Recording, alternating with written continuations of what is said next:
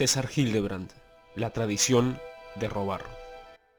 Lo pudo todo, superó barreras, prejuicios, desayunos de pan y té, las diversas tentaciones depresivas de la miseria, y un día inverosímil, ganado a punta de ruegos y empeño, se fue a Stanford a estudiar. Conoció a Eliane, una judía pelirroja y brillante, y también pudo con ella. Podría muchos años más tarde con la presidencia, pero no podría con la tradición. La tradición en el Perú, con raras excepciones, es que los mandatarios se aprovechen, calculen como zorros las presas de la obra pública, susceptibles de un mordisco, asalten diligencias, exijan diezmos, ocupen residencias inexplicables. La etapa colonial fue un periodo de aprendizaje, como nos lo recuerda Alfonso Quirós. Robaban el mercurio de la mina Santa Bárbara, en Huancavelica. Contrabandeaban el presidente de la audiencia de Quito. El limeño José de Araujo se vaciaba los presupuestos destinados originalmente a la construcción de los puertos del Callao, Valdivia, Concepción. Se robaba a los indios con el tributo racial que se les impuso y que los corregidores escondían en gran parte para su propio beneficio. Los juicios de residencia eran inútiles, ya que se hacían entre hermanitos del mismo círculo de patronazgo. El puesto de virrey podía comprarse.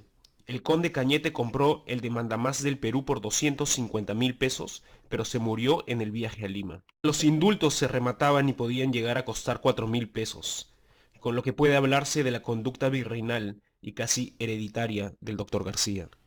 Robaban los veedores, los curas, los oidores, los recaudadores de impuestos, los aduaneros, los gobernadores, los curacas aliados de la administración, los mineros de la SOGE, y hasta por derecho de entierro se cobraba una yapa codiciosa. Robó el conde de Superunda, y grande ladrón y encubridor de aves rapaces fue Amat y Juniet, el de la Perricholi, y se robaban inmensas cantidades a la corona española ocultando la plata sin sellar, extrayéndola de la contabilidad oficial.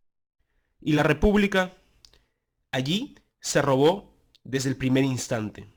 Gran parte de lo expropiado a los españoles, siguiendo la política de Monteagudo, con la anuencia de José de San Martín, fue a parar a manos del militarismo que reclamaba compensación por sus sacrificios. Y no fue Thomas Cochrane, el inglés al servicio de Chile, el que se robó las reservas de la plata que San Martín tenía guardadas, tal como nos lo recuerda también Quirós. Vamos, no nos hagamos. La República empezó con la traición de Torretagle, el pase a filas realista del presidente Ribagüero y Sánchez Boquete, y la convicción, tanto de San Martín como de Bolívar, de que el Perú era una especie de lepra en América.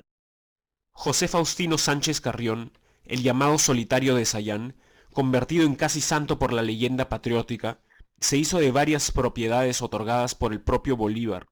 Quirós relata otra escena del gobierno bolivariano, el teniente coronel Juan Pablo Santa Cruz robándose el ganado de varias haciendas bajo la mirada de su protector, el general bolivarista Antonio Gutiérrez de la Fuente, gran rapaz. Así empezamos. Ese fue el parto de la República, parto de heroísmos y avideces miserables, parto de Junín y Ayacucho y del millón de pesos que el Congreso le otorgó al Libertador. La imagen que se queda grabada cuando uno lee el libro de Quirós, Historia de la corrupción en el Perú, es esta.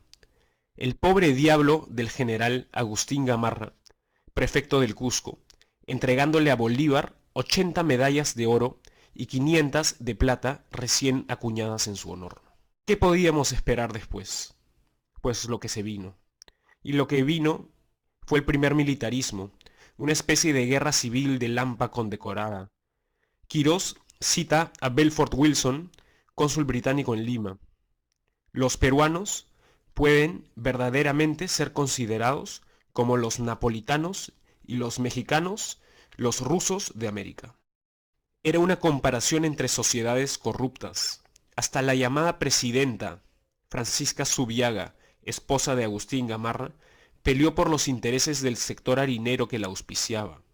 Hasta Ramón Castilla tuvo una actitud blanda con el contrabando licorero cuando fue subprefecto de Tarapacá en 1829. Quirós cita a Albert Jewett, representante diplomático de los Estados Unidos en Lima, calificando al gobierno de Castilla como corrupto, desleal e insolente, y cuyo gabinete estaba integrado por ladrones audaces y sin escrúpulos. Castilla, como se sabe, terminaría virtualmente eligiendo a su sucesor, José Rufino Echenique, la más alta expresión del descaro depredador. Y el guano fue la mierda que nos terminó de enmierdar. La primera concesión, hecha en el gobierno de Gamarra, en 1840, se vendió por apenas 18.500 libras esterlinas, para 9 años de explotación sin medida. Después llegaron las pujas por las coimas, los ancestros de Odebrecht y el Club de la Construcción. El que más pagó fue el inglés Anthony Gibbs. Este millonario isleño negoció con el corrupto Echenique la prórroga de su contrato, el que se firmó y se mantuvo en secreto ante la resignación de la prensa comprada o asustada y el silencio de la fantasmagórica ciudadanía. No hemos hablado de la consolidación de la deuda interna, pues hablemos. Esa deuda fue de 5 millones de pesos en 1851 y llegó a 24 millones al año siguiente. En ese saco generoso se metieron desde auténticos expropiados de la etapa de las guerras por la independencia hasta inventores de agravios inmobiliarios que solo debían jurar por Dios para que se les creyera, pasando por prestamistas de muy difícil probanza y militares que habían dado la vida por la causa. Fue la gran farra, fue el Melody en tamaño latifundio, fue la plata del guano convertida en quincha, de palacios que jamás debieron edificarse. La mitad de las fortunas de Lima se construyó con ese método. Aquí no hubo burguesía industriosa acostumbrada a los rigores de la perseverancia y las lentitudes de la acumulación. Aquí sobraron los ladrones, los putos atajos. Lo que queda es conocido. Robaron durante Balta, Pardo, Piérola, doblemente. Robaron con Leguía, por duplicado. Con Benavides, bis. Con Manuel Prado, 2 veces. Con Odría, con Belaúnde, hubo réplica. Con los militares que dijeron estar haciendo la revolución. Robaron con García, a manos llenas. Y con Humala, a pecho descubierto. Y con Toledo, pasando el sombrero de paisano. Robaron con Kuczynski, en inglés. Y con Fujimori, en castellano maltratado. Y robarán como nunca se ha robado, si es que la hija del patriarca Alberto se sienta donde alguna vez su padre hizo aguas sobre la Constitución. De modo que no nos hagamos las vírgenes del sol, los estupefactos de la República traicionada. Toledo nos representa, es la decepción que nos refleja, es el Perú como república fallida, es el Pachacútec de nuestra Disneylandia. César Hildebrand, La tradición de robar, 19 de julio del 2019.